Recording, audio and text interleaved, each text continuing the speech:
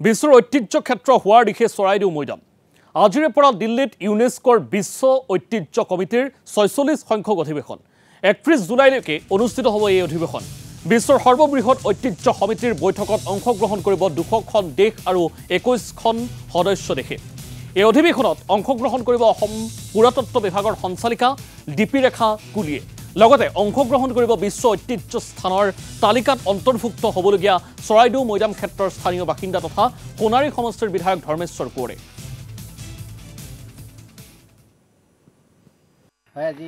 আজি আমাৰ চৰাইদেউ মৈদাম ক্ষেত্ৰখনি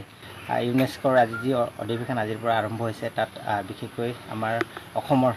পৰা কেৱল এটাই ৱৰ্ল্ড হেৰিটেজ সাইটত যিটো ৱৰ্ল্ড হেৰিটেজ সাইট ঘোষণা কৰিবলৈ যিটো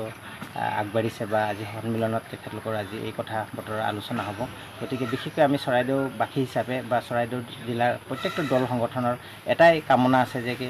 আমাৰ এই চৰাইদেউ মৈদামখিনি ৱৰ্ল্ড হেৰিটেজ সাইটত যাতে অন্তৰ্ভুক্ত হয় তাৰে আমি বিশেষকৈ কামনা কৰিছোঁ আৰু আজি আমি প্ৰত্যেকটো জাতীয় জনগোষ্ঠীয় দল সংগঠনৰ নেতৃত্ববৃন্দসকল আহি আজি আমি চৰাইদেউ মৈদামত আজি এগছি সকলোৱে বন্তি প্ৰজ্বলন কৰি সকলোৰে মংগল কামনাৰ লগতে